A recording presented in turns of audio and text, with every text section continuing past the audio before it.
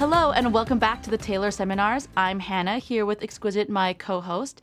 It's been 2 weeks since we've been on, and well, a lot has happened, I would say, right, Exquisite? Yeah, definitely a lot going on at the moment. Oh my gosh. A lot of crying. How are you feeling, Hannah? I am still so overwhelmed by 31 tracks of the new Tortured Poets Department and its Yeah, accompanying anthology. So today yeah, we are going to do a bit of an overview of the album, how we feel, the themes we've noticed.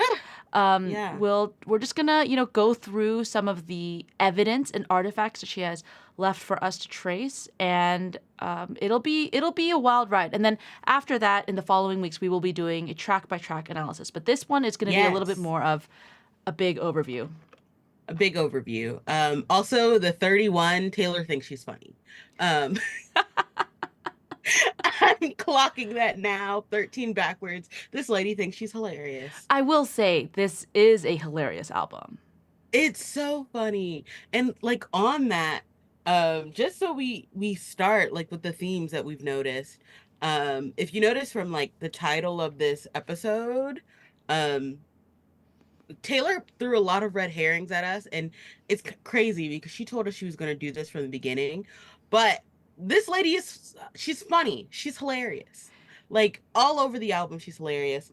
And I feel bad for the people who think women can't be funny and take her 100% seriously the Mm-hmm. entire time, including with the title of the album itself. Yeah, no, it's been so fun to just see people just laughing out loud at her albums and her laughing at herself really throughout as Hmm. well. And so yeah, do you want to talk about the red herrings on this album, Exquisite? Okay, so there's levels here, you guys. There are levels. There's levels to this because listen, the immediate first red herring that we get is that we thought this was going to be just from the title, we thought it was going to be like poetical. We thought it was going to be like dark academia vibes, and she was like, LOL. No. I am in an asylum. Yeah. And then upon first listen, it's almost like she didn't address the 6 year relationship she got out of, Mm-hmm. Mm-hmm. and that it was all about her 3 week situationship. So it was like Well, less over, more than 3 weeks. over Three. 3, 4 week, in the culmination of a 10-year thing. Basically, the month of May that was terrible for everyone involved, including Taylor, as we'll get into. Mm-hmm. Mm-hmm. So it was like, oh my goodness, that actor can't even be the main character on his own breakup album, which his question mark? You mean Taylor's story that Taylor is sharing with songs written by Taylor Swift in the house that she built? Yes. Anyway, Yes. um anyway, but no, so the first glance, your first way through, you're like, oh my goodness, this is about Matthew. Where's Joe? Blah, blah, blah, blah, blah. But as you continue to sit with the album, you'll realize that that is a red herring as well. Mm-hmm. At least I think so. And we'll get into this more when we go through each song in future episodes. But it's, to me, it literally is like Taylor blended up Matthew and Joseph, shook them up, poured several shots, downed them, and then threw up in the booth. Oh my gosh, that is a great visceral image. I love that. And she had to get it all out because she can't, there was no way, like, when you're sick, if you don't Yeah, expel the purge. toxins or vomit, like if you can't purge it out, you can't keep going. No, I love what you're um saying about these songs because yeah, at first listen, I was like, "Oh, like is this half and half about the manic relationship and then the dying relationship?" And then I was like, "Oh no, is this mostly about the manic relationship?" And then as you sit through these songs, you're like, "Oh, like this is a song, an album, a double album that's about both men, but more importantly, it's about Taylor, right? These songs are about how yeah, she felt and how she was impacted and how she thought both during and after these relationships. And she yep, tells those stories so beautifully and so Yep. masterfully, which she Yep. definitely practiced during Folklore and Evermore, taking pieces of her Yep. life and writing them into stories. Speaking of folklore and evermore, if you will allow me, I have something to get off my chest, and it's been making me so mad. Imagine I'm saying this to the tune of the bridge of But Daddy, I Love Him, when she's like, I'd rather burn my whole life out, and she's pissed. This is me saying this. The people who are like, Taylor is making us focus too much on her relationship, blah, blah, blah, blah, blah. She'll never give us another folklore and evermore again, where she's just writing fictionally, blah, blah, blah, blah, blah. Let me tell you something right now. She literally said, this is an anthology. These are all different stories. And the only reason that people are going in with a magnifying glass is because they know she just got out of a relationship. If she had written folklore after breaking up with Joe, they would have gone in with the magnifying glass, Yep. even if she had said these are all fictional. So she might as well lean in a little bit because they were going to do that anyway. Yeah. In fact, people are already going back to folklore and evermore and looking with the magnifying glass and being like, oh, this was Cardigan was always about Matthew in the first place. And I'm Fake. like, Fake you news. just made that up. Yeah. And even if it was, why does it matter now Yeah. if the inspiration started that? Taylor has always been in auto fiction. Even when she was writing fiction, she was always reflecting on her own life and experiences. And that is also what the Tortured Poets department is doing. Like, and all every each one of the songs does that. Like, she's not actually like locked away, and she's not actually what growing up in an asylum. But the fact that people are taking the magnifying glass, they were going to do that anyway, just because of the fact that she's not in, well, she's recently out of a stable relationship. She is now. And so people are going to be like, well, blah blah blah blah. Like, I'm anyway, that just made me mad. If I have to hear one more second of this bitching and moaning, I'm gonna be pissed. No, I totally agree because uh, she knew, again, going back to the red herring, she knew people were going to come and scrutinize each song, each lyric. Yes. And so for her to actually blend the two together so that you can't do a 100% match on this is this person, this Yeah. is this person, uh, Yeah. I think that's really smart of her. And Yeah. I've seen a lot of people talk about how both of these relationships were very similar in certain ways. Not just that they were both blokes who Hmm. belong on the bench, but in many ways, right? Making promises they couldn't keep. Yep. Her trying to Stringing twist, her along. yeah, twisting and contorting herself into something that she wasn't in order to Yep. make something work. Her feeling like it was fated, and because it's fated, she had to figure it out somehow, even if it meant making herself small. Like these were Hmm. things that she could draw from and make beautiful songs. And so I think Exactly. it really Yeah. does behoove you to do multiple listens and again to make Taylor the center of the work, and in doing Yes. so putting yourself as the heroine of or hero of the work if you're relating it to your life. Exactly. Exactly. And it's also like, yes, there are obviously, it's not a perfect one-to-one blend. Like, there are obviously songs that stand out Right. about certain people. But also, I think it's not even as obvious as you would think it is, because in songs that are about one person, there may be shades of another. And Taylor does that Totally. really well. But people are so focused on the paternity test, they aren't giving themselves time to like properly sit with this album. And Taylor at her core is an album's artist.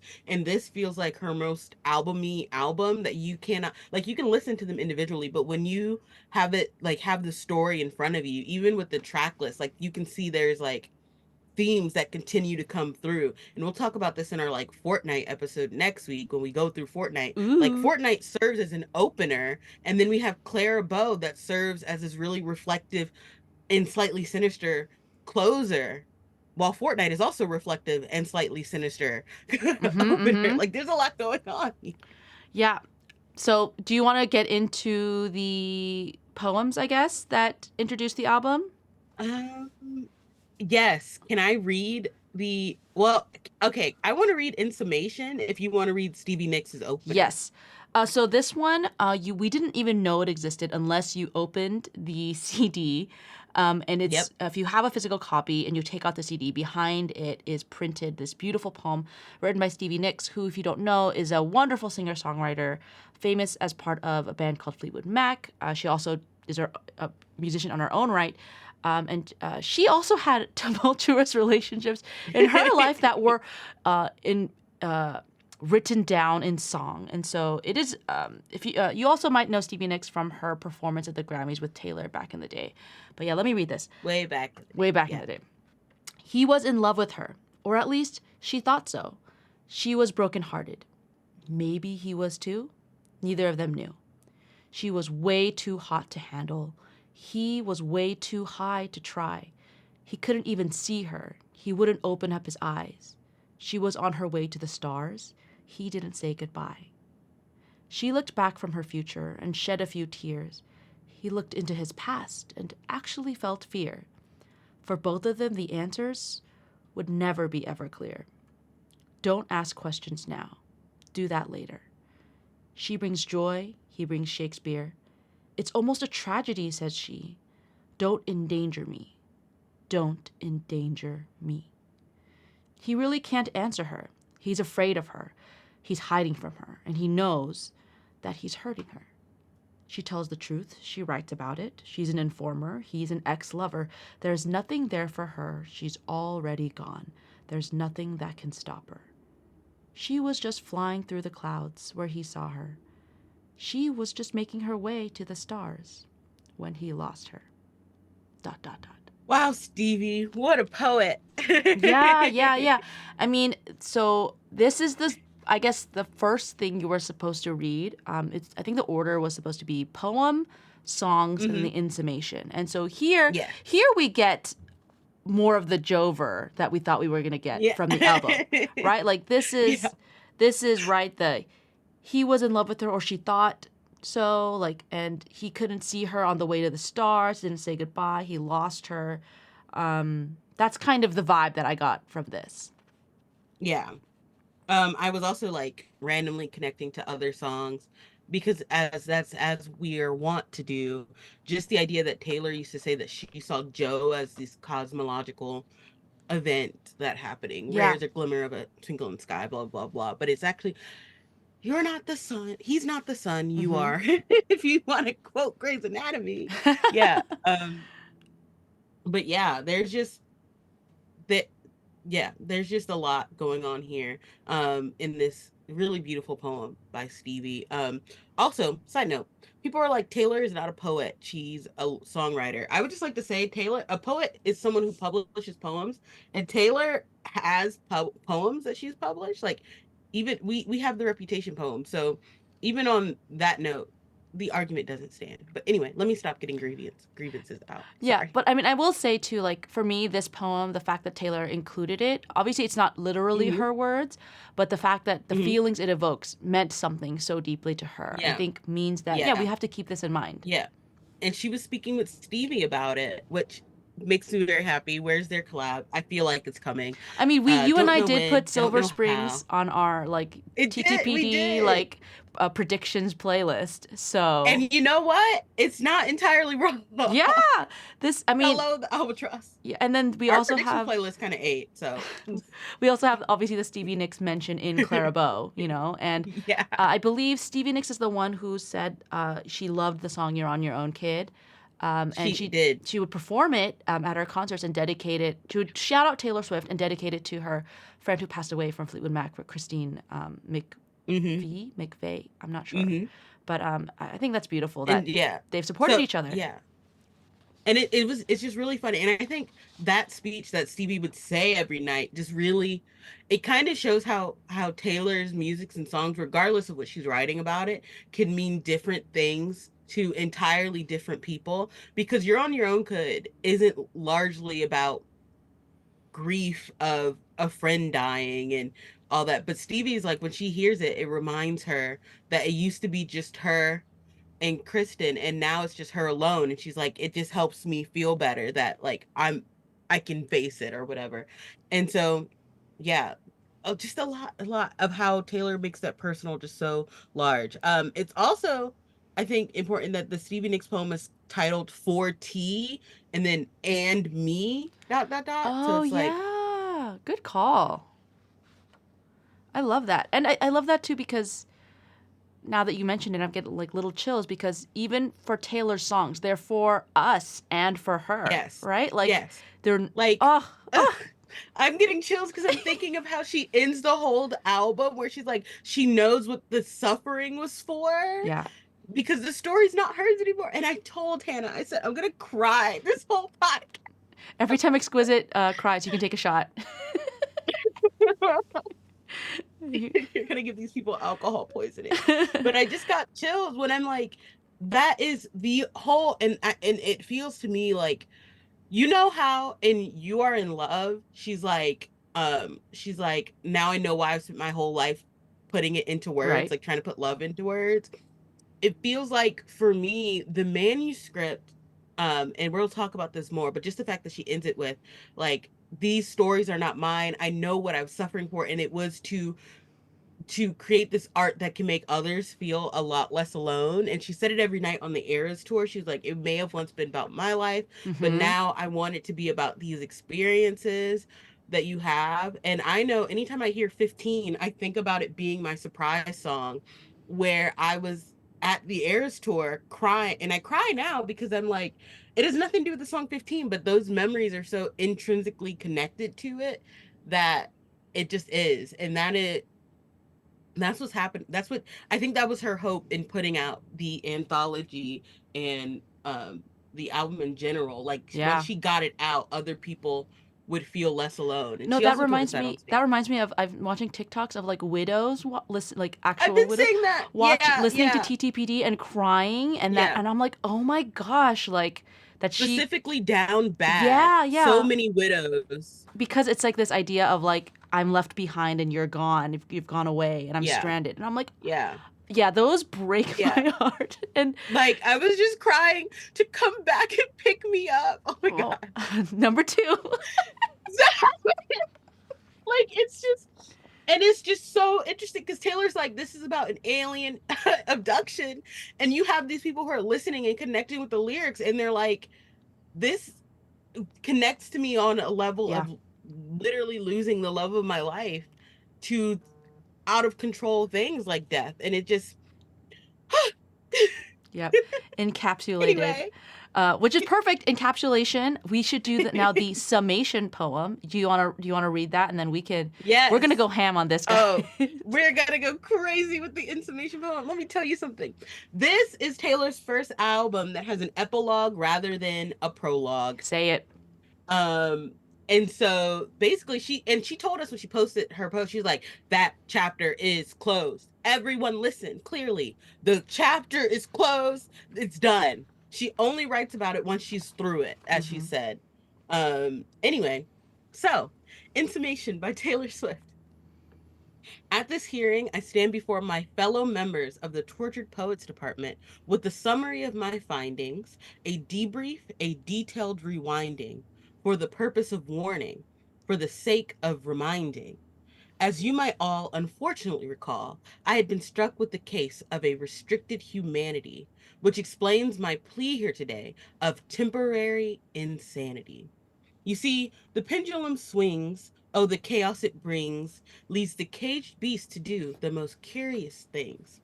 Lovers spend years denying what's ill fated, resentment rotting away, galaxies recreated, stars placed and glued meticulously by hand next to the ceiling fan, tried wishing on comets, tried dimming the shine, tried to orbit his planet. Some stars never align. And in one conversation, I tore down the whole sky. Spring sprung forth with dazzling freedom hues, then a crash from the skylight bursting through. Something old, someone hollowed, who told me he could be brand new. And so I was out of the oven and into the microwave, out of the slammer and into a tidal wave. How gallant to save the Empress from her gilded tower, swinging a sword he could barely lift. But loneliness struck at that fateful hour, low hanging fruit on his wine stained lips. He never scratched the surface of me. None of them did. In summation, it was not a love affair. I screamed while bringing my fist to my coffee ring desk. It was a mutual manic phase. It was self harm. It was house and then cardiac arrest. A smirk creeps onto this poet's face because it's the worst men that I write the best. And so I enter into evidence my tarnished coat of arms, my muses acquired like bruises, my talismans and charms, the tick, tick, tick of love bombs, my veins of pitch black ink. All's fair in love and poetry. Sincerely, the chairman of the Poets Department, the Tortured Poets Department. Hey, Was so much going on in that. And I feel like we should kind of take it stanza by I agree. stanza. So and it really is. I think it's important for us to realize that it's starting with at this hearing Right? because she's and we're the fellow members, obviously. Mm-hmm. She's standing before us. And that reminds me of we literally said this was what was gonna happen. Remember, Hannah, we were talking about the Rhyme of the Ancient Mariner, and we were talking about how the cursed man was going to come and he had to tell the story. Yep. Yep. Um, Give his so testimony. she's giving the testimony, and she's not she's making a plea, but that's the second paragraph. But she come the second stanza, my fault, not paragraph. She comes up and she's standing before the members, and she's like, okay, here's my packet of files. It's a debrief, it's rewinding, and it's to serve a purpose for everybody, to warn you of what can happen, and also to remind all of us of what did happen. And I think the line for the sake of reminding is very important because um there was people going around who were saying that she would never ever address May. Uh-huh. Yeah. A lot of people who were like, she's just gonna sweep it under the dust. She doesn't feel guilty, she doesn't feel bad, like she's using the NFL craziness to so everyone will forget she ever did anything with Yeah. Matthew. And and I think it's very important that Taylor points out, no, I'm going to remind you it Yeah. happened. And it's It's a going to be detailed uncomfortable. rewinding. It's not just a Very deep. rewinding. Yeah. Yeah. She said, I gotta go in. Yeah. Yeah. And I, Do I, you lo- want to I the love, next stanza? well, no, no, wait. I love the last Yeah. two, the purpose of warning, sake of Mhm. reminding. I think it's not Yes, just a warning for us, it's a warning for herself. Like, hey, girl, it is. like, look at what you did and the Don't let that consequences. happen to yourself Yeah, again. I think it's for all of us, not just her. But yeah, Yeah. for the next Yeah. stanza, I think Exactly. this is the one where she says she's been struck with a case of restricted humanity, and that restricted Yeah. really reminds me of the imagery which she repeats even in this poem about being caged, being not Mm-hmm. allowed to be fully human. Even her fame, I feel Mm-hmm. like, as a trap, Mm-hmm. and how it's made her have this crazy episode. Yeah. And she also mentioned it in her the theme of caging, it's in her Times Person of the Year where she's like she locked herself away for 6 years. Yep, yep, yep. So it's there as well. Yeah, and then obviously it's not a very it is a plea that we've seen often in media of the Mm-hmm. temporary insanity plea where you don't have Mm-hmm. the right faculties to make logical good decisions, and so you're making all these terrible decisions and you're asking for a leniency because of your state of mind. Mm-hmm. Then the Exactly. next one is you have this pendulum. If you don't know a pendulum, it's a long string with a weight at the bottom, so it just swings back and Mm-hmm. forth, showing, how you can be in one place and then suddenly find yourself the literal opposite part, and Mm-hmm. leading to her to do curious things. I also love the Yeah. chaos and the caged and the curious, Yeah, that it's a lot. alliteration. It's very mystical as well. The alliteration's nice, but the most curious things reminds me of Alice in Wonderland. Yes, curiouser Um, and curiouser. yeah. Also, I would circling back just slightly to the plea here. I think it's important to know that when you are pleading insanity, it's not a plea of not guilty. Right. It's a plea of I did this, but I had reasons for doing this. Yeah. I, And I whether you think that was good or not, it's what happened. and I do think again with that plea, it's she's letting us make the verdict, right? Like it's not Hmm. this. Well, we'll get to that at the end, but anyway, we keep that in mind. Yeah. Do you want to Yeah. talk about the next one? Oh yeah. So then we get the lovers spend years denying. So this whole stanza, she's like, we were denying what was always going to happen, and that denial and that feeling trapped in that. I think there was also the feeling of being trapped in the denial Mm-hmm. while also being like tolerated and like not given attention to or focused on, or like felt like you're being cared for. That it was creating this resentment, and it was rotting her away inside. Even as they were like, it was rotting away the galaxies they were making. So Yeah. like all the good things that they had together, the resentment that was building because they were holding on too tight was making it all ugly. Yeah, and it's a very slow decay, right? Yeah. Years long decay and rotting. Yeah. Rot is not something that happens in the Yes. snap of a finger. Not It's at over all. time. And that really goes into the next one. They were trying so hard, stars placed in glues meticulously by hand. We talked about this, the songs that this reminds us of. We have Paris, drew a map on Yeah. your bedroom ceiling. Feeling, Maps like a yeah. constellation. I think that could work. And then obviously in Lavender Literally, Haze, yeah. staring at Yeah. the ceiling with That you. You don't. staring at the ceiling with you. I would also throw in Snow on the Beach. Mm, Which I remember me and Hannah were talking about this. None of you guys know, but I remember when I was justifying putting Snow on the Beach on my like denial playlist.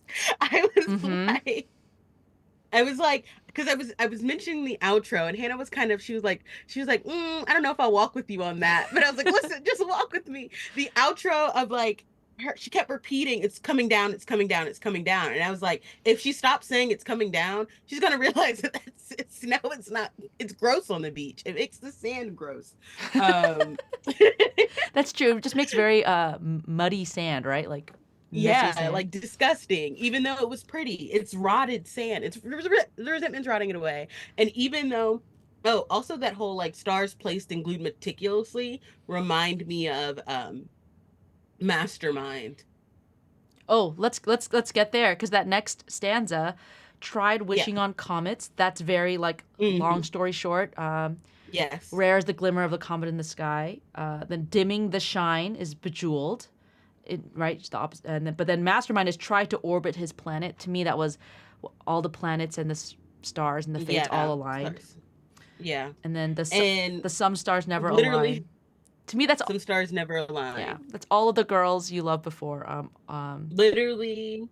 And it's like the specific repetition of that tried is so like it's Yes, like a death knell. It's like yes, boom, boom, boom of like a death bell to me. yeah. Especially because of the hard T and D sound Hmm. that's going on. No, yeah. In poetry, repetition and in songwriting, repetition is the way you do a bold or an exclamation point. Right? Like Yeah. this is Yeah, basically. important. And then it's also important she ended each of these with periods, so they're in stopped lines, which means like they're not carrying on, they're stopping, and that's doing a lot of like basically implying this did not work. She tried wishing on all the stars. She tried making herself smaller, not bejeweling. She tried doing everything he could because she was orbiting his planet. She was trying to get caught up in his gravity, and no matter what, it was never going to work because they were doomed by the narrative regardless. Yeah, if you have the words, the poem in front of you, you can see. Yeah, she doesn't use a lot of punctuation. That's not the type of girly she is. Actually a lot of Mhm. times I want to like add in hyphens on her behalf, but these periods are very declarative. Like yeah, she's like piercing through the paper with each period in my Yeah. And reading. then yeah. Yeah. And then the And then next, that next oh, stanza is ugh, in one like conversation, one I tore down the whole sky. Period. like, and what's important, the whole sky, not only is she like it's giving this kind of illusion to me to bigger than the whole sky, Mm-hmm. obviously, but also the fact that she's saying we made these stars, we put them in the sky, we Yup. put them on our ceiling, and this is very important that she puts in this I, because before she hadn't like Like the last time she had used I was at the part where she goes, I had been struck with the case. So she's coming back in. And before she was like, I'm a caged beast, blah, blah. And then she's like, me, the person, the poet, I, Taylor Swift, tore it all down Yeah. because, and she just tore it all down. She doesn't give us a because yet, but we can kind of assume the because we know that there was rotting here. It reminds me of like as if she had made this whole planetarium, this galaxy, and she just took a sledgehammer and just like or take like that where you like pull the tablecloth off the table and like everything smashed on the Hmm. ground, like kind of like that, but for like a building, for like a whole world she had created, a world that even spanned galaxies, and she was like, no, And it's over. yeah. And it's so interesting to me that this like line this line stanza come right after the tried, boom, I tore it down. Yeah, There was nothing more. It was all this weight. Like you get this building rhythm that she is building with these, like with the way these sentences are ending. And then she's like, with the snap, I took it out. One conversation, one email sent from backstage. Tore it down. it's very possible. with Yeah. with one click of send, I tore it all down. Tore down all those years of creating galaxies and Hmm. orbiting, all that stuff. She just cut it out Yeah. immediately. And then Yeah. we have a twist, right? The We have a shift, unexpected, a tone yeah, shift. shift, right? We have this beautiful, maybe a little manic language. Spring, I mean, spring Yeah. sprung forth is a mouthful. And with Yes. dazzling freedom hues, we do see the word dazzling come back later in Clarabeau. And Um, it's haunting the way dazzling is used. yeah, So I think that's important. Like dazzling, it is not real. To be dazzled is to be like starstruck or yeah, whatever. it's But not, it's important to know it's not something that can be maintained. yeah. And then crash through the skylight. So when I first read Crash the Skylight, I always think of like Batman, like vigilantes. Literally, yes. Like just Yeah, right. Just like something. burst through. I mean, it could. And then also, I think after listening to the album, another thing I thought is like if like something came from outer space, like an asteroid or Yeah, something, and that yeah, reminded me of the alien abduction in Down Bad. And I think yeah, this yeah, crash from the skylight, it's a very not perplexing, but like it could go either way. It could be a yeah, hero rescuing you, yeah. or it could Or be yeah, a not hero, exactly. an Exactly. A villain. anti-hero. Oh yeah, villain, An a villain, anti-hero. Not an anti-hero, a a villain. villain. And yeah, but that use of crash is so like it's like I can hear it. I can hear the glass shattering from the Exactly. skylight. Yeah. Um, Anyway, and then let's but talk that about that last half of the stanza. What does that remind you listen, of? oh my god. Weddings? Like hello? Something old, something new, something borrowed, something blue. Mm-hmm. Like, but this time she's like something old, something from her past. And if we remember, all through Midnight was her talking about trying to deal with this past. Mm-hmm. So her past coming, and it's something hollowed. Who told me he could be brand new, and it's like that. It just the cadence and literally what it's doing. Like that is it feels wedding, and hollowed means Holy. made holy, consecrated. So something she thought was holy, at least to her, she built it up to be holy in her mind. And he comes through and he's like, I'm a brand new person. And all of this is happening while the spring of freedom has sprung into her face and she's not thinking clearly. Mm-hmm. We have entered mania here. Yeah. And it's sad because we also got her to do a version of the wedding vows in the song Lover, right? My heart's been borrowed Yeah. and yours has been blue. So we will see this theme pop up a lot in the album. All this to say. Literally. All this to say, it's gonna pop up. And then I want to say the next stanza is probably your and my It's favorite. the most important. Yeah. Can I read the line? Go for it.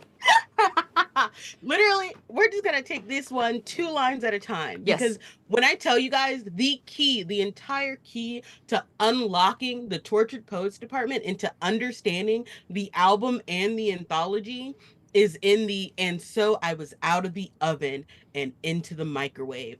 The actual saying is out of the oven into the fryer, Or out of the but frying pan into the fire. thank you. Out of the oven in fryer, out of the frying pan into the fire. Thank you. Those and the way she twists that saying, because frying pan and into fire, they kind of cook you differently, right? But and you're immediately burnt. But this out of the oven into the microwave switch, which is a Swiftism that I love when Taylor does. I love Hmm. when she switches things. Hannah, how do ovens cook you? How So do you get cooked in an oven? so in an oven, you basically get you heat up the temperature of the air to a very high temperature, and in doing Mm-hmm. so, it will eventually, over a long period of time, cook all the way into the inside of the food. But it Mm-hmm. will take, like a turkey, 3 hours for it to be fully Yeah. cooked. And then with So microwaves, microwaves use, it's done immediately. yeah, it basically, the waves will agitate the water molecules in the food Mm-hmm. so that it will cook Mm-hmm. much more quickly. Actually, one of my husband Jason's favorite ways to make mashed potatoes is actually to pre-cook them in the microwave. It makes it faster, and then Hmm. he throws them into the giant pot. It works. Yeah. So, yeah, I mean, I believe you because it can help you also doing that, mind you. If you put this is a super unnecessary digression. If you put your potatoes in an air fryer before peeling them, it can help them pop off quicker. Oh, thank you. Just no. Hacks. You're welcome. Anyway, Taylor seminar hacks. Taylor's in our hats. Anyway, but it's also like that the imagery. So when you cook things in an oven, like, okay, I'm gonna use the idea of I eat a lot of frozen pizza. And if you've ever made a frozen pizza, they always give you the option of you can put it in the microwave or you can put it in the oven. Mm-hmm.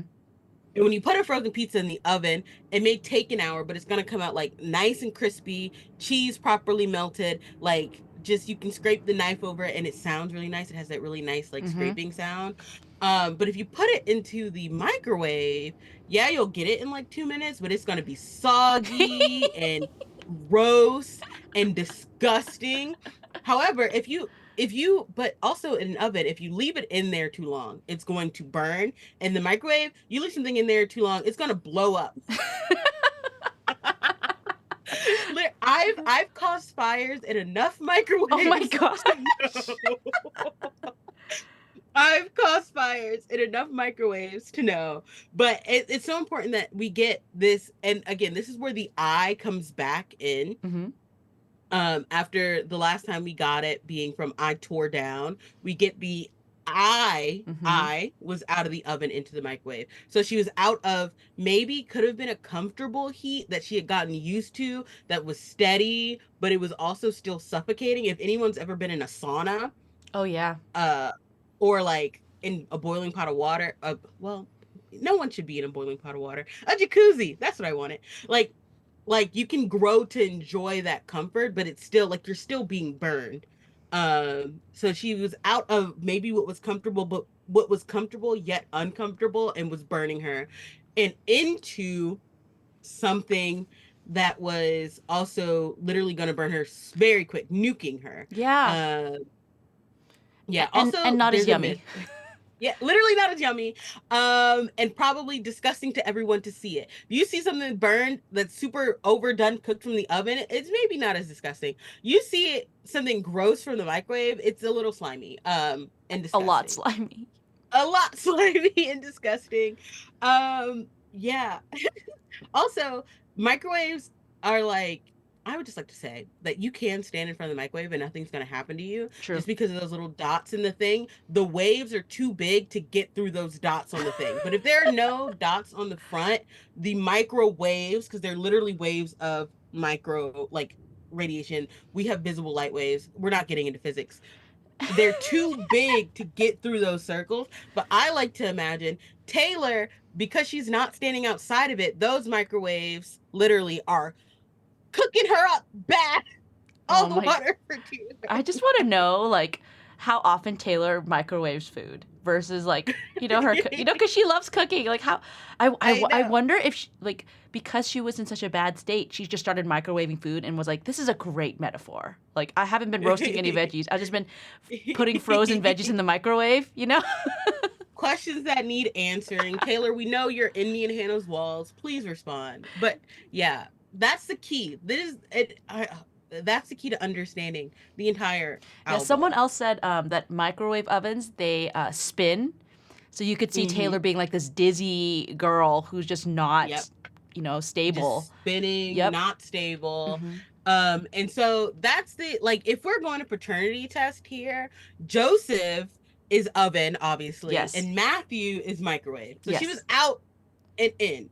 Yeah. Um, So yeah, if and you, then the next line, yeah, but out of the slammer into the tidal wave. and title, that is such a visceral image to me. She went out of like being stranded and alone Mm-hmm. in like a Prison. jail cell in solitary confinement to being stranded in the ocean, taken down by a tidal wave. Yeah. Yeah. It's, And if you then I'm didn't get also the first remembering, metaphor, yeah, here's the yeah, second one. she's sticking it in. I'm also thinking ocean wave blues. Yeah. Hello. Yeah. Anyway, um, yeah, so that. But then we get this really funny section, which to me is also important because you have to realize Taylor has this weird sense of humor that is present in this line Mm-hmm. itself. How gallant to save the Empress from her gilded I tower, swinging love a that Empress. sword he could barely lift. Okay, let's take one line at a time. Yeah, Okay. let's take a Okay, so the I do love the fact that she's an empress, right? She knows she's not a Yes, damsel, right? She knows she's not yes. she knows that she's on top of the world, that she is a pop queen, right? One of the Hmm. most well-known celebrities in the world.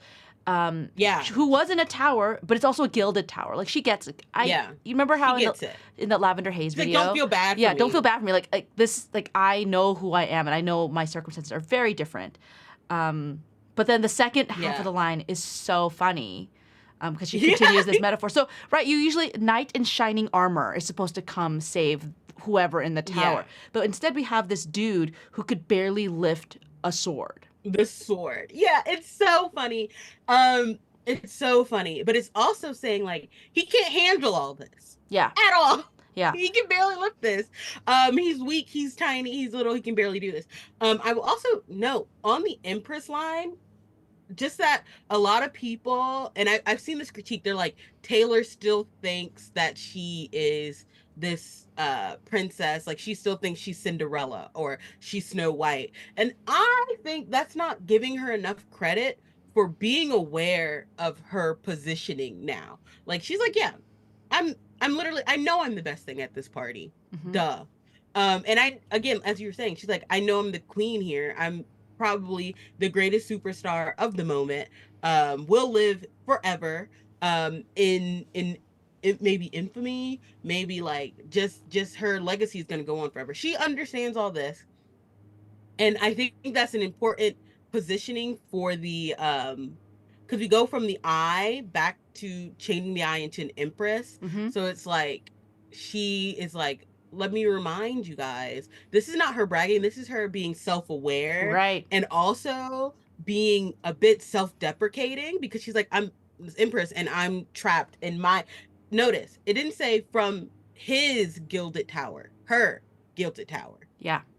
It's Or, specifically she possesses ownership. It's her tower that she owns, yeah. and he thinks he can save her from her own, a tower of her own creation, a house she built. Yeah. And I will say, I do think the swinging a sword is also sexual innuendo. Just putting Yeah, it out and there. it's hilarious. Just putting it out there. It's hilarious. It's hilarious.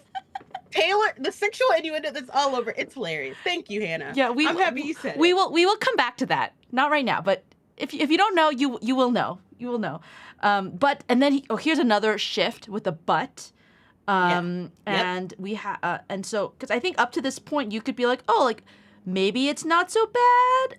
We'll come through it, even Nope. though we have a microwave and a tidal wave. But then we have this loneliness and the I guess tragic conclusion to the story. Yeah. I think the use of fateful hour. She's not saying when it happened, but she just said the how gallant to save the empress from her faithful tower, right? Shows up, but she is lonely, so Mm-hmm. the loneliness struck while she, okay, hold on, because I'm about to say this. So she's looking down from her tower, right, at this person who is obviously a wreck, can't even hold the sword, but she, because she was lonely and the hour that he showed up, Mm-hmm. she was low hanging fruit. So, Mm. and the use of that imagery of wine stained lips implies that he had been eating a lot of sour, wretched fruit already. And she was Mm. low. She was low, easy to pick. He was easy for him to pick her from her tower, even though it's gilded and mighty. She was in her lowest. and probably dying because fruit, like if you continue the fruit and wine metaphor, like if you leave grapes for a while as they die and rot, they'll start turning into wine. And obviously he this the wine stained implies that he has a history of picking on people at their lowest, if that makes sense. Yeah, I also actually also read it a little bit as like her realizing that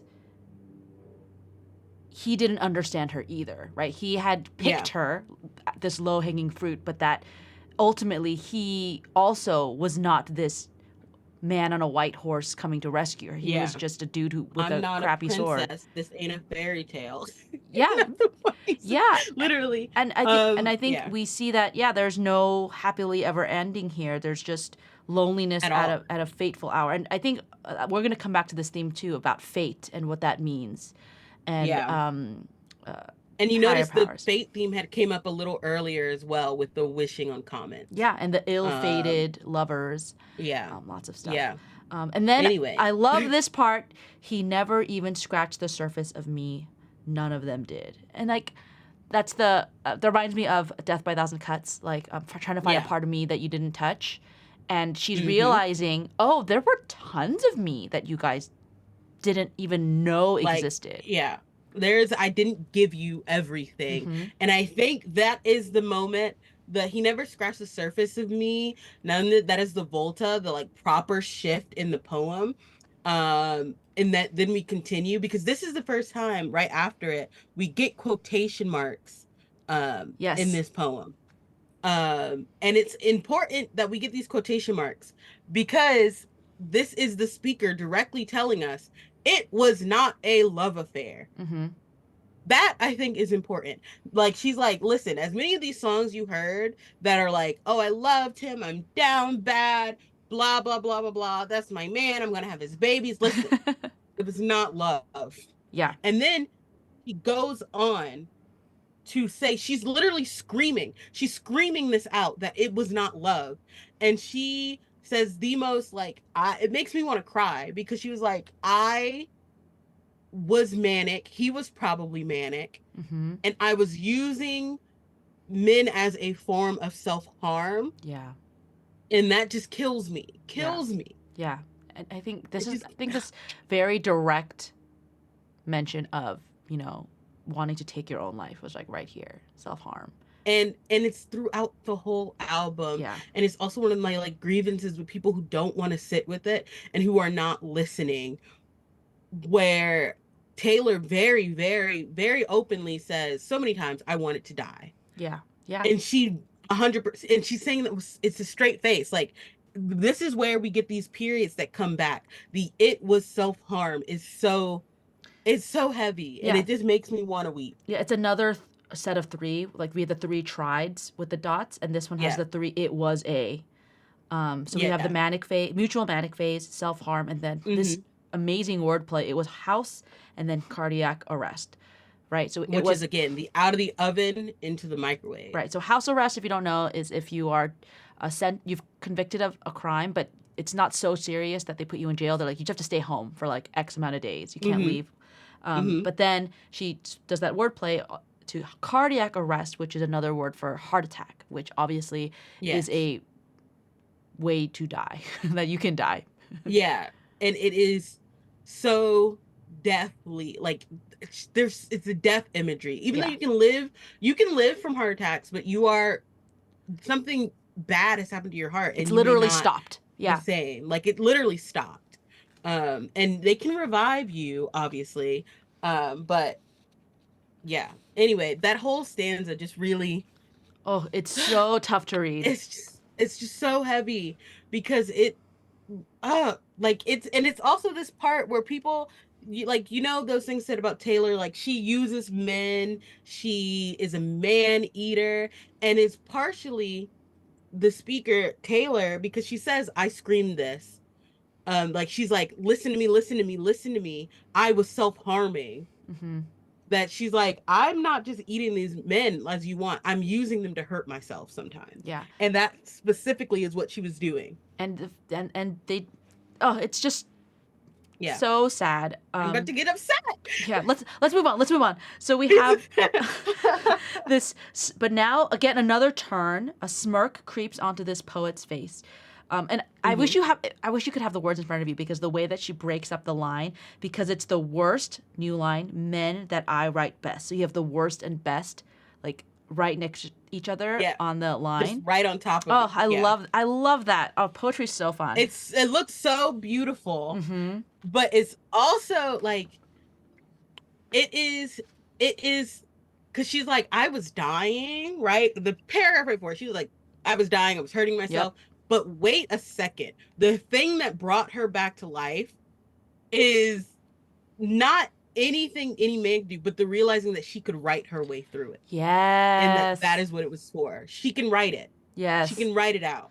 Yeah. And then in the very next stanza that comes out of it, she's like, so I am entering all this into evidence Yeah. because I have to write it. Yeah, I think it's so true that when she writes things, when she's able, she said that on one of the playlists, right? Like when I'm almost out of Hmm. depression and I write, that's when I can write these songs. That's when I know I'm almost out of it.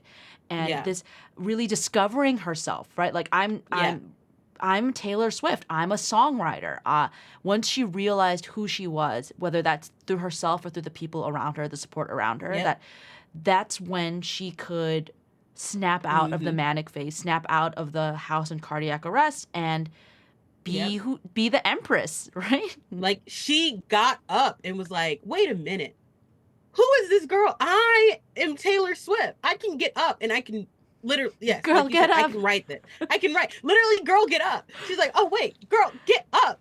And so she said, because it's the worst men that I write the best, period, because there's a period here. Yep. She then goes, so let me write it. And so she's Yep. like, these are the things I'm going to write. My own tarnished coat of And I love arms. that I'm it's going to write. tarnished. Exactly. She's like, I'm not still shiny. It's tarnished, right? And she's like, I'm going to write that. I'm going to write my muses, both of them that I got like bruises that are still like barely healing. Mm-hmm. And then all her little tricks and her charms that she uses. And she's going to write in the destructive bombs, and she's gonna bleed onto the page. Things a pickpocket. That was perfect summary. I have no notes. No notes. And then obviously the all's fair in love and poetry, a play on all's fair in love and war. Yeah, And it's true. Like and it's amazing. Is she going back to the red herring thing, right? Like I think the yeah, biggest red herring is is blaming herself, right? Like it's not yes, blaming. yeah, I mean, for longtime Taylor Swift fans, maybe you would know that she doesn't write about men. But I think for a lot of people who tuned in, you would have yeah, thought, oh, she's gonna write all these A B C D E F G yeah, what they did. But yeah, this is so much more yeah. of no, like look at my flaws and my feelings. Again, literally that use of the word my, and then if we literally go back to the beginning, she is the one that's on trial. She's not putting them on trial. Yes. Whether they deserve prison or not, which she does say in a song, they deserve prison. Um, she's putting herself on trial because at the end, this is not a Matthew album. This is not a Joseph album. This is a Taylor Swift album. Say it. Well, you And are, but it's her stuff. Yeah.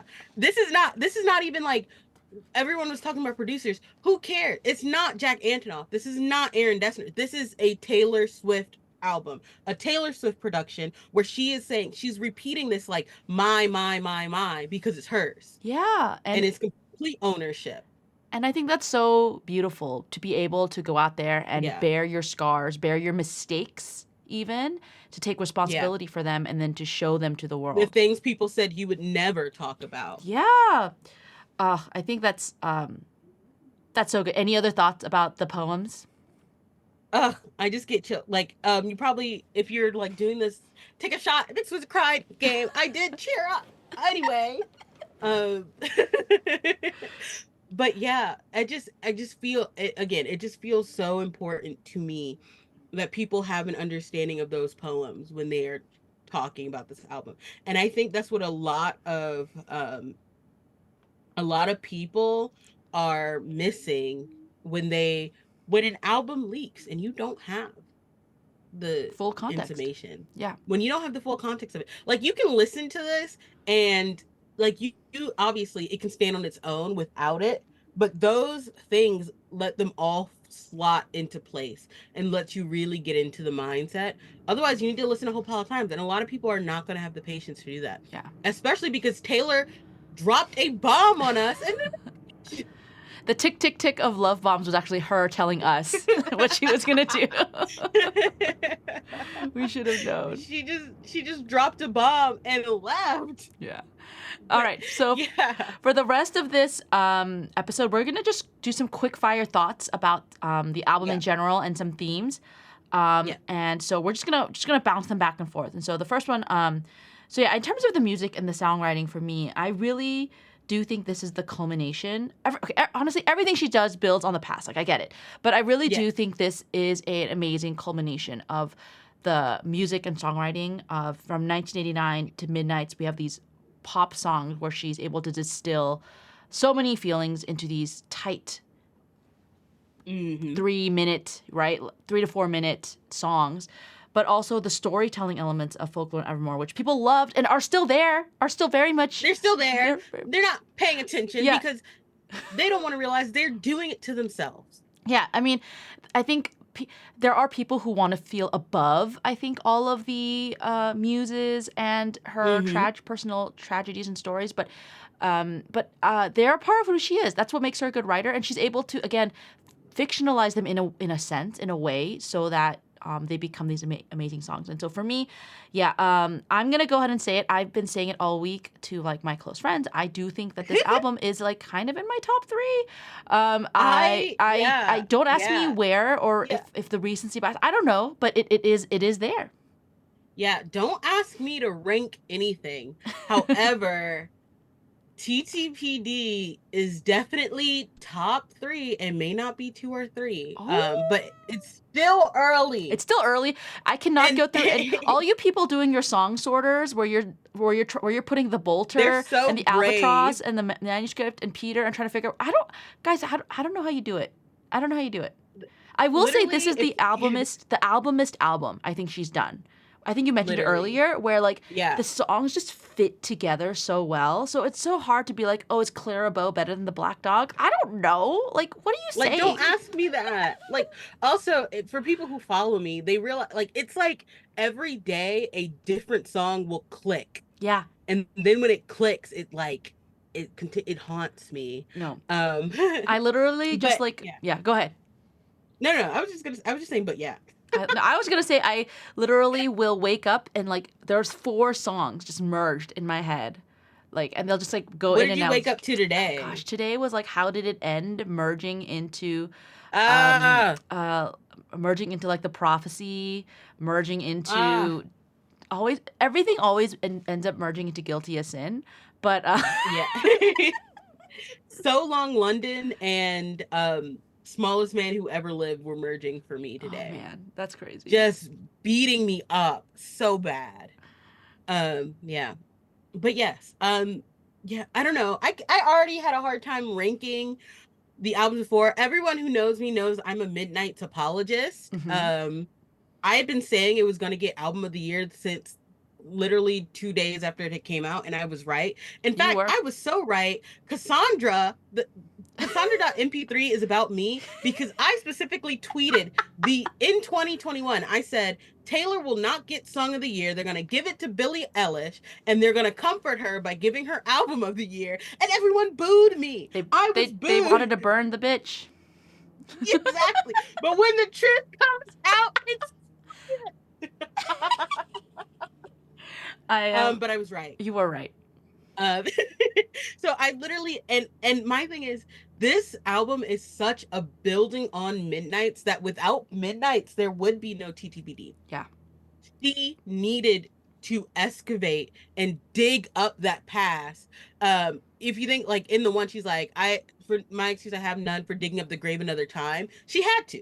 She had no choice but to dig up her entire past, all of this. And I mentioned this just recently, and I just told you that, and we'll probably talk about this more when we get into like some quick themes, that as Taylor gets older, and this is where my gripe with her being people saying she's stuck at 15 or 16 you can see how she is processing even more the things that happened to her. Yeah. And you could see that in Midnights. Yeah. Um, and you could tell that the re-recording process is so integral to her going back at that, because when she wrote Speak Now, she thought, okay, I'm out of it. But by re-recording Speak Now, she had to do would have, could have, should have. Yep. And she was like, oh, wait, maybe I'm not out of it Yeah. And as I thought I was. I'm as older now. as a teen, you know how we talk a lot about like, or the culture talks a lot about teen or child actors. She, in a sense, Yeah. was like that. She was a teen pop star who grew up Yeah. in the limelight, and She was a child star. it's She so just wasn't an hard. actress. Yeah, and it's And I feel like a lot of people don't give her the grace they would maybe give like Miley or even Demi, because Taylor didn't she didn't like have this giant catastrophic like falling yeah, to pieces. But, and I said this, and people jumped me for this when I was like, Taylor was 14 and had a record deal and was partially providing for her family. And they're like, well, her dad was rich, they were taking care of her. And I was like, you don't make a 14-year-old, like, yes, she's filling her dreams, but what do you think she was doing with that money? It was going right back into them. And then yeah, by 16, she had like albums and she was selling like crazy. yep, And it's like that's still a lot of pressure that I think as at 34, she's finally like she had maybe been looking at it before, but she's finally like clicking to her that she was like, I was doing all this labor and these people were just eating me up yeah. and spitting me out and wanting to spit me out. And it kind of reminds me kind of right now the era of like the memoirs, the memoir, Yeah. and we have like Jeanette McCurdy's memoir, which I read recently, and I was like, Taylor kind of does that on her albums, where she's trying to look back in her Yes. past with Midnight and now TTPD, where, yeah, like, and as humans, we should be reflective and we should be looking back in our past lives and trying to figure out Yeah. how we've grown Like or how we've been stunted and how we can grow in the future. yeah. It is a significant part of what makes us human, the ability to look and think, I thought I was so grown then, and I wasn't. And seeing how that is still affecting you today. Yeah. Yeah.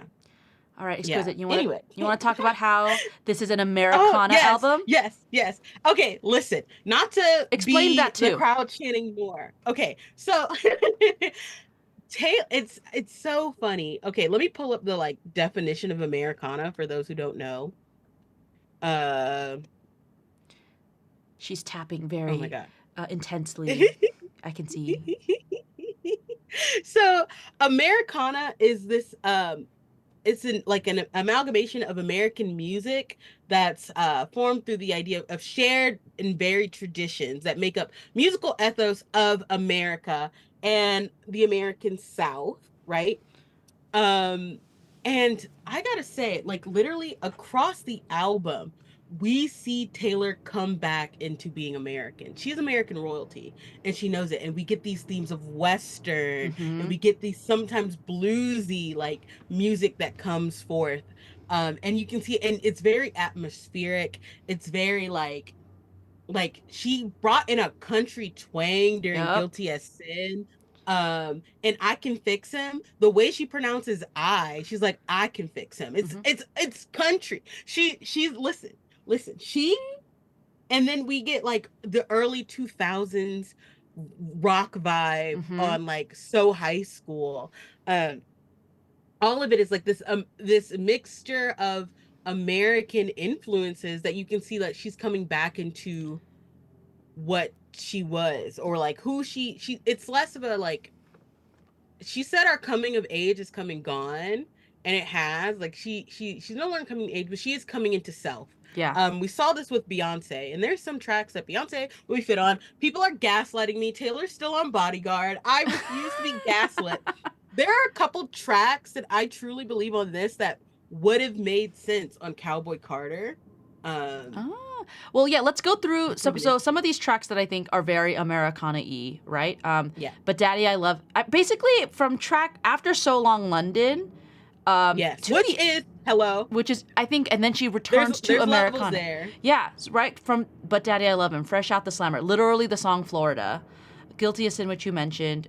Who's Afraid of Little Yeah. Old Me? That has like a whole Western vibe, you know, with like hunting the witches, and the gallows. And then you could say that I Can Do It with a Broken Heart. You know, I Can she's. Do the Broken Heart, the hyper pop, sir. Yeah. But then we have again the Alchemy, which has a lot of football references. Clara Bow, about famous American it girls. Literally famous American it girls. The second she said "So Long London," she said, let's dabble. Yeah, let's go back to America. What did we say? The next album's gonna Let's be full country with like eagle screeches. yeah, I said there's gonna be eagle screeching. Y'all, I'm telling you again, when I said not to be the crowd chanting more, I mentioned to Hannah that TS12 is probably closer than we Okay, think. wait, pause. But not. Do you Wait, what's your consider question? TS11 both the Anthology and TTPD? So are you like on that train? Yeah, Okay. yeah, because of the 11, the double ones, she's silly. Okay, so you think they're both TS11. All right, cool. Go ahead. Yeah. TS12. Uh, so I think it's closer than we think, and I do think we are going to get American 2000s rock, and I think we're going to get a lot of. She's bringing the country back so much, and part of me is like, because we know debut is going to be last, so she's going to be in a country mood. Yeah, All right. she's All right. Cassandra that's part 2. early predictions. Early predictions. They can boo me. They can throw their tomatoes. I feel like Taylor's really gonna pop that acoustic guitar back out. Speaking of, I just got an acoustic guitar too. Her name is James. Anyway, I love it. I will be learning Guilty as Sin as quickly as possible, and I hate it here. But anyway, yeah. So there's just so many like Americana themes, and I feel like Taylor, one of the things is Taylor is in on the joke a lot of times in ways we don't give her credit for.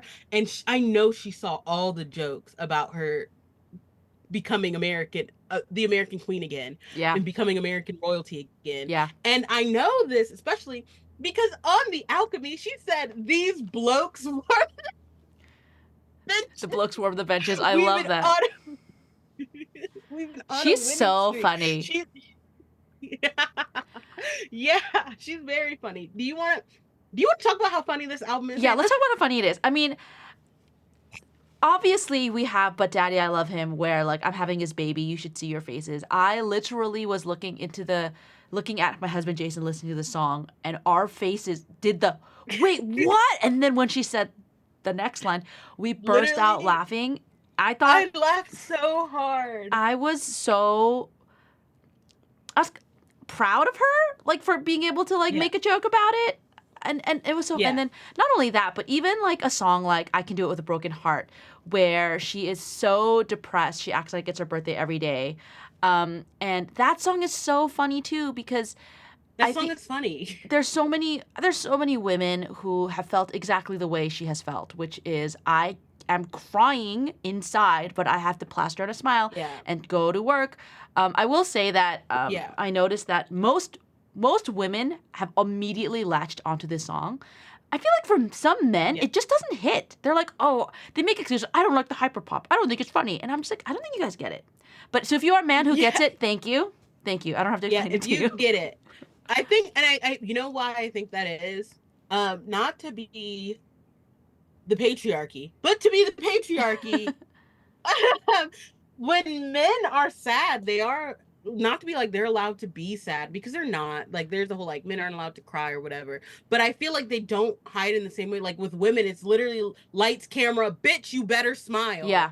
It is like standing in the mirror and trying to get yourself together because you know if you're not smiling at work, you're probably going to file a complaint against you, especially if you're a woman of color. They're going to be like, "Oh, what's wrong with you? You weren't talking today." And that opens up a whole new realm of like other things I don't want to talk about. Like if I don't have a smile, everybody's thinking I'm either being mean to them or something. Yeah. So now I have to smile. I have no choice. Yeah.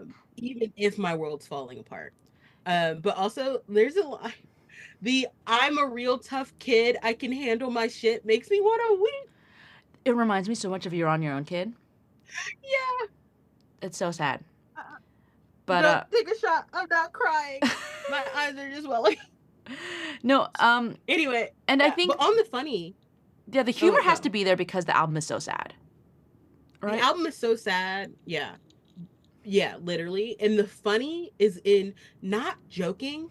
There's something humorous in almost all the songs. Literally in Fortnite, I laughed out loud when she was like, "Your wife waters flowers. I I want to want to kill kill her. her."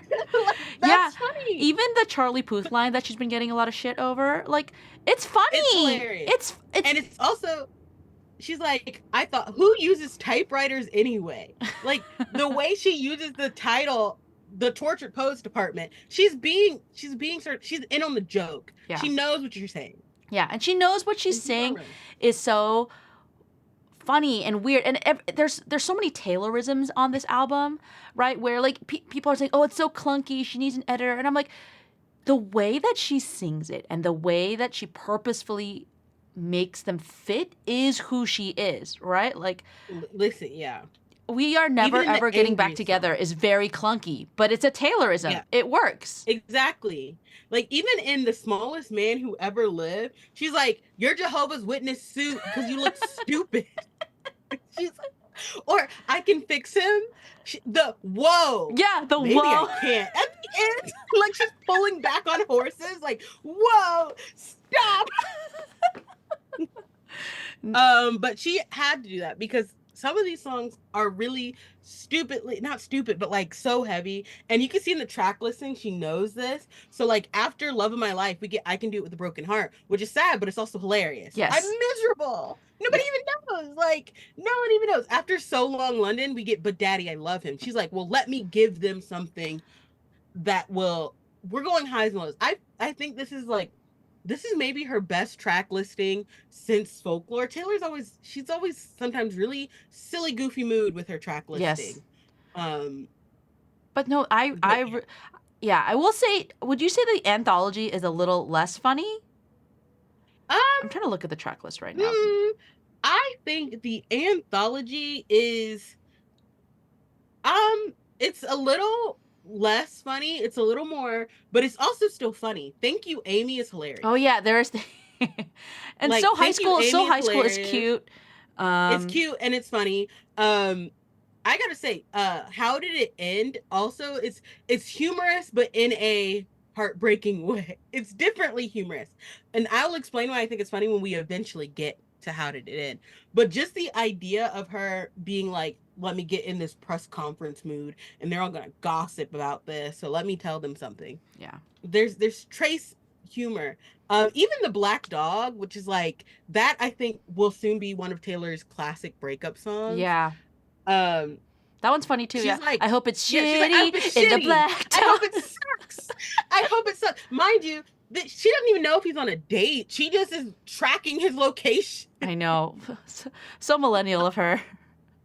Um, Like, so the bolter is funny. She's like, yeah, I it's like that run. time I fell into the ice. No big deal. Also, like the bolter is funny. You know that image of when she ends Antihero and she's like walking at the Eras tour down the Oh stage yeah, yeah, like a yeah. little child. Oh That's what yeah. the bolter feels like when she's like, slam the door, he'll call me a whore, but it's okay. Like it's funny. Um, yeah. It's not as funny as the main album, I don't think. Yeah, but No. it's still got its But moments. it's got its moments. But I also don't think it's as dark as the main album is, even though it also has its like deeply depressing Yeah, moment. Peter, it's Like, the prophecy, etc. How did it end? how did it end? Like, It's pretty.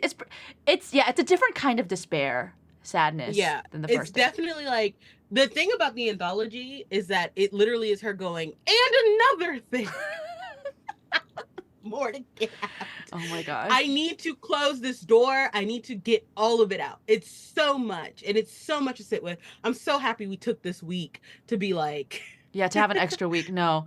yeah, Well, so much. let me talk a little bit more about kind of the religious and yet loss. Oh, like there's so much religious Yeah, symbology in here yes, from the Eve mention to they're gonna crucify me. I do think that obviously Taylor I don't think she's like a super practicing Christian, but she's obviously grown up in Yeah. that kind of environment. Yeah. And she's also stated that she's Yeah, Christian. yeah, yeah. It was So, Miss Americana documentary as well. yeah. So Yeah. and I think that this has to do a lot with kind of the the cracks in her belief system. We know she believed a Yeah. lot in fate and in destinies and things like that. Yeah. And we kind of saw And that we know crumbling. she and also we also see that in those metaphors, we know that she probably compares her like 6 year long-term relationship that she thought was her end game. She thought this was the be all end all Right. for her. She thought this was her salvation. Um, and to have that slowly crumble, it's just a lot. It's It's I a mean, lot. yeah, I mean, the last time I think she was super explicit about her faith was in Soon You'll Get Better, another devastatingly sad song about Mm-hmm. desperate people find faith, and now I pray to Jesus too. And then in the Yeah. prophecy, we see her on her knees begging the sky, right? Like if there's someone Begging the there, yeah, sky. like change my destiny, change, so I can be. Especially because it's like, especially because for me, the prophecy, and we'll talk, we're obviously we're gonna have a whole episode on the prophecy eventually, but it's like she knows she's about to break things up because there's a hint of like an unreliable narrator in the prophecy Hmm. because I got cursed like Eve got bitten. Eve was never bitten, so Yeah, she was never cursed. That's the thing. She was never cursed. yeah, yeah. But she's like, I need to change my fate. I'm praying. I'm seeing tarot cards, which maybe I wouldn't have done as Or she's just like a looking in practice. as many places as Yeah, possible, right? Like she's as like, many. She's going to therapy. She's like, somebody, yeah, somebody somebody tell tell me, me the answer, please. And somebody help me. yeah, and even her comparing herself to like being crucified, the stone rolled away, and Yeah. yeah, I'm fascinated for us to kind of delve deep more into that Oh, as we get it's gonna on. be so. It's gonna be so. But speaking of like getting heavier, and again, there is. I am finding this difficult to talk about, which is why I'm talking about it with Hannah, and you guys are obviously listening. And it does make me want to weep, and it's along those lines of like Taylor being 30 in her 30s. There is this very sinister undertone throughout the whole album of, and what did I call it? The sinister tone of predation, like sexual, but also like from the industry, where you can tell there's a part of Taylor in our speaker that feels preyed upon and feels and is acknowledging that what things that happened to her weren't right, that feels like and I'm trying like that is acknowledging like taking her place as a victim of the circumstances. Mm-hmm. And people always want to harp on like Taylor's white woman victimhood, but I don't think that's what's happening here, Mm-hmm. especially because she's taking so much ownership of everything. Mm-hmm. It's not that for me. It's very much a these things weren't right and should have never happened. And it is like it's so difficult for me to like I'm like dancing around it because I'm trying to like explain it. But even on the smallest man who ever lived, and I've talked with a couple people just on the idea of there are so many survivors who are like, yes, this is what that felt like. Yeah. You deserve prison, but you won't get time, and I'm gonna have to deal with all of this now. Yeah.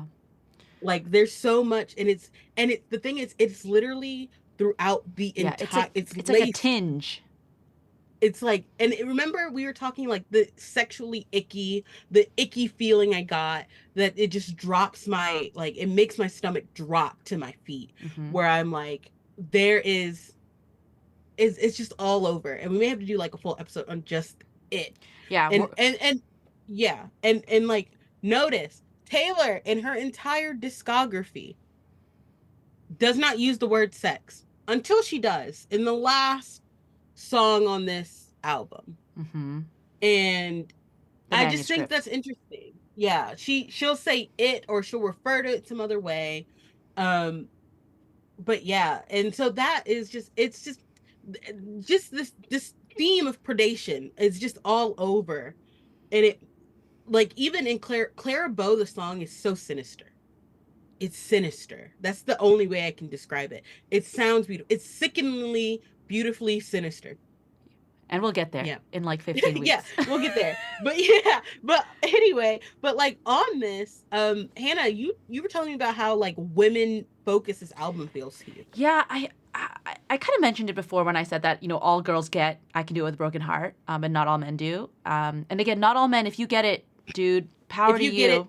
I'm happy for you. Um, but I think it is in, we talk about white womanhood and Taylor being a white woman, obviously, but I do think women are still a minority, right? They're not part of Yeah. that majority You can't power. just put white woman in front of the word woman and get away with misogyny, Yeah. by the And way. so um, I feel like for Taylor in this album, I do think she leans a lot into what it means to be a woman. The one song I think is growing up as a evangelical, the Are you song gonna use guilty as sin? Guilty as Sin, man. Like that's literally Like, like come on. don't I lust, don't think know. about I the know. opposite, or don't think about another person and how you want to like touch them because that's bad and thinking is bad and how And the ending of it being, am I allowed to cry? Because this is wrong. yeah, These thoughts I'm having are wrong. The and way I wanted to touch myself is wrong. it's yeah, and and that's a whole other thing. Like Quote unquote wrong. sex in this album is another huge theme. But I think as a woman, there are so many ways in which she connects with me on how I felt and how I've thought. Even like the Yeah. "But Daddy, I Love Him," I think is like the flip side to Love Story. Like if Love Story was like very problematic, right? But that's also Yeah. like such a common trope in like women's novels or like romances, Yeah. right? Like the "I Can Yeah. Fix Him" is such a womanly, I feel like, topic where, Mhm. and so I think her really giving voice to those feelings Yeah. that might be Yeah. dismissed or seen as just, oh, it's a rom-com thing or a Yeah. a fiction book thing. No, like these are real Yeah. feelings. Yes, but especially for like just people who don't identify as men in general, is that like, but and it's the thing that Taylor does best, where she gets into that specific to be broad. Even when she's talking about pleasure, it's always been like her self focus. She's very in her own body about it. She doesn't care about anybody else, obviously. When well, let me not say that. Obviously, let me not say that. But even when like on So High School, she's like, it's my size. I'm stifling. Like she's very like internal about when she's talking about sex. And she does this throughout her albums. Once she was like finally started talking about sex, literally down to Sparks Fly and Speak Now. Um, but yeah, she's very much like, yeah, there's just something very, yeah, what you said, Hannah. Yeah. Words are not coming out. Yeah. No, I think that's beautiful. And uh there's also a lot about youth, innocence, naivete throughout this album. It is a Mm-hmm. very mature album, obviously, where she talks about sex and about all these terrible, this even like this predation aura that you're getting. But there's also so Mm-hmm. much of her, right? Like "Daddy, I Love Him" is a girl in manic naivete, right? "Robin" Yeah. is a heart-stoppingly beautiful song I about know. preserving innocence. Um, Even Clara The Bow, the manuscript, manuscript, yeah, all of it. yeah, Yeah. and in that way, I do And I, think it's really the uh, culmination of so many things in her life. yeah, yeah. And what was I about to say? On the like youth point, I think it's important that Taylor, people say she's stuck at 16, but Taylor feels like her youth was stolen. And she even mentions it in So Yeah, Long London. And when she sings the line, you let me give you all that youth for free, it is like you can feel the heartbreak, but there is a palpable anger. And that's another thing about this album. She is pissed. yeah, it's like She is Mad Woman times angry. 100. She's shooting guns at literally everyone, her fans, her exes, herself. She's mad. Yeah, Her family, like the album is so angry and it's so messy and it's on purpose. Like she did it on purpose. yeah, Like again, on the editor comment, like Taylor needs an editor, blah blah blah blah. I don't think like I feel like perhaps the album would not work as well with an editor. We needed the messiness. Yeah. It's what you said about the barfing in the studio. Exactly. I'm going to say that She forever. had she had to go and vomit on the mic while Jack was pressing beats and Aaron was clicking the piano.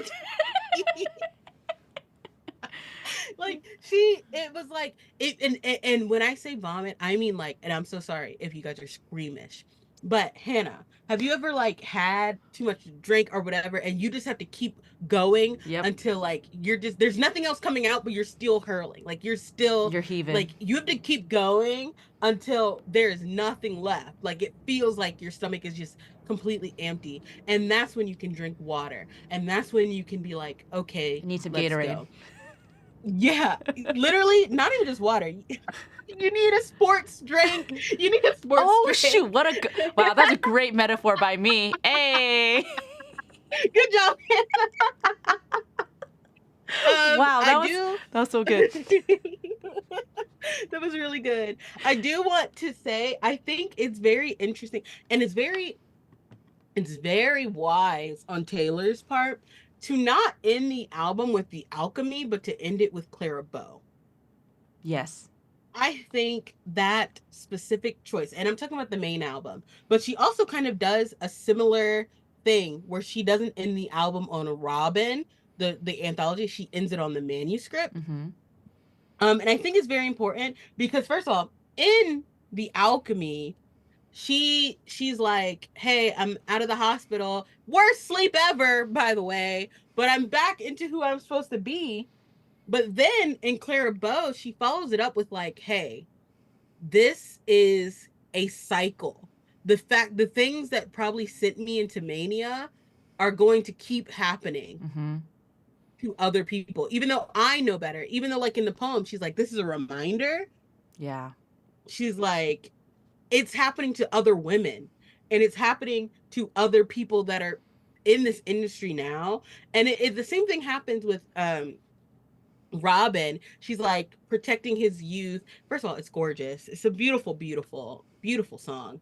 And she's like, I and even in that song, as beautiful it is, there is this sinister like creeping that she's and the song's about keeping it out. Yeah. Yeah. It's literally about like not allowing it to take away this youth. For as long as possible. Um for as long as, even though they know the truth, even though they know this child playing around looks ridiculous and the world will tell him he looks ridiculous. He's covered in mud. He looks crazy, but he's having fun. And so as long as they're trying to preserve that peace.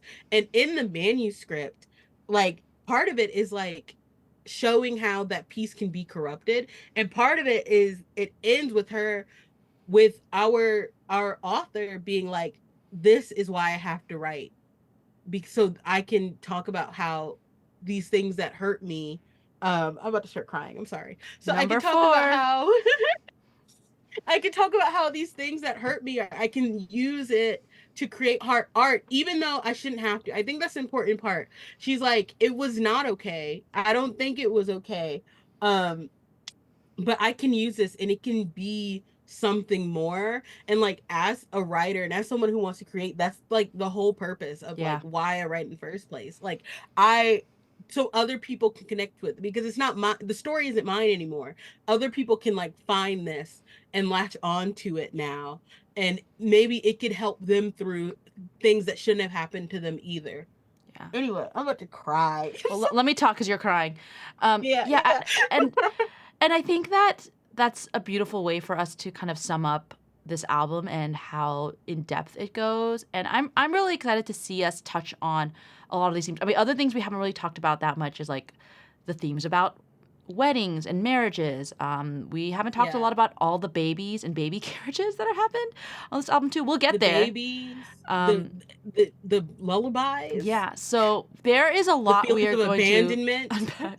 But before we continue, we wanted to give you an important notice about Spotify audio. Yeah. Do you want to read this, Exquisite? I don't even have Spotify. Um, yeah. I have both, but okay. Um, for people on Spotify, your playback settings can make a big difference for how the album sounds. And a lot of you who may have experienced 1989 and been like, why does it sound crazy? It's because um, I'm sorry, like something just flew in my throat. It's because the default of Spotify settings is for audio normalizations and it reduces percussion and bass. Oof. So to fix this, you just need to go into your settings and then go to playback and look for enable audio normalization and turn that off. And you'll notice immediately like Who's Afraid of Little Old Me will sound so much better. So just thank us later. Slay. I just have Apple Slay. Music. Apple So Music sounds better. Sorry. it also pays a little better. Anyway, so as our final closer, Exquisite, Yeah. we'll both answer this, but what would you, Yeah. if you had to, if you could, what would you rename the album? Oh my goodness. Okay. So let me I wrote it down and I lost it. It's okay. I'll do mine Wait, first. I'll do hold mine on. Oh first. no, no, no. I You found found it. it? I Okay, found it. good. I found it. I found it. Yeah. Okay. So I my controversial pick is I would call this album Clairabeau, which Oh. she would probably have to like run back by the family, but the family's like really honored. That would be my controversial pick. I would call it Clairabeau or a line from Clairabeau, maybe Dazzling, something like that, or something like that. I would call it Clairabeau. Um, I like that. an obvious one for me would be the manuscript. Um, um, or another obvious one, like I say obvious, but another one that could possibly work for me would be the prophecy. Mm-hmm. Um, yeah, or another like You can't stop take it. I all would of call it them. I hate it here. I'm done. I'm done. The last one is I hate it here. I hate it here. Okay, well But that's yeah, actually a I good feel like Clairbow. That's a good transition because I think I was trying to not do a title of a track Uh-huh. for my pick, so I actually picked "Come One, Come All" Oh my God. because I feel like Yeah. it comes from "How Did It End," and so it's also one of the lyrics that she put, I think, in the Spotify library thing, and Yeah. I think. It harkens back to her Time interview where she said, "Are you not entertained?" Right? She gave that line Yeah. from the Gladiator, um, and I think it would play into that idea of I know what you're here for. We all know what you're here for. Literally. You're here to hear Literally. like how it ended, and yet I feel like she's also still in. She's still like, okay, but then come, but it's gonna be on my terms. Like that would be the twist. That would be yeah. the red herring, right? Come one, come all, and then, Yeah. so I think that would be Yeah. my I feel pick. like that would work. That could even work as an intro, like to the first. If that had been the first song, it could work in the way Fortnite does. But Oh, continue. yeah. And then we're like, wait, are we, is this play about us? Is this play about are we us? the problem? Especially because sneak peek at when we finally talk about how did it end, when she's like listing things and like her thing, she's not exactly saying this is how it ends, because later Yep. at the end she goes, I don't know how it ends, I was just saying all this stuff. I know. And it was kind of giving me like, these are the people press releases, oh they just grew apart, oh this and that, blah blah blah Yeah, blah. this is not a spoiler because it's going to be like 30 weeks from now. No one's going to remember. Yeah. But you know, she's like, come on, it's happening again. Yeah. It's happening again. You all expected it to happen again. This You were song waiting is for so this. both self-aware and yet completely unaware because she doesn't know how it ended. Do you know what I mean? Like it's like, She doesn't oh, know how it ended. oh my god. And she's like listing these reasons. She's like, he was a hothouse flower to my outdoorsman. We just learned different stuff, different dances. And then the heartbreaking reality, she goes, I still don't know. Yeah, those could be a reason or anyway. Okay, we're hyperfixing. Anyway, Fixing on stuff. yeah. So That could be a good title. so thank you all for listening. We will be back in a week with Fortnite. Yes. Featuring Post Malone. Well, our episode won't have Post Malone on it, but yeah, look forward to talking to you guys soon. Yeah, that one I probably won't cry during. You never know. Yeah.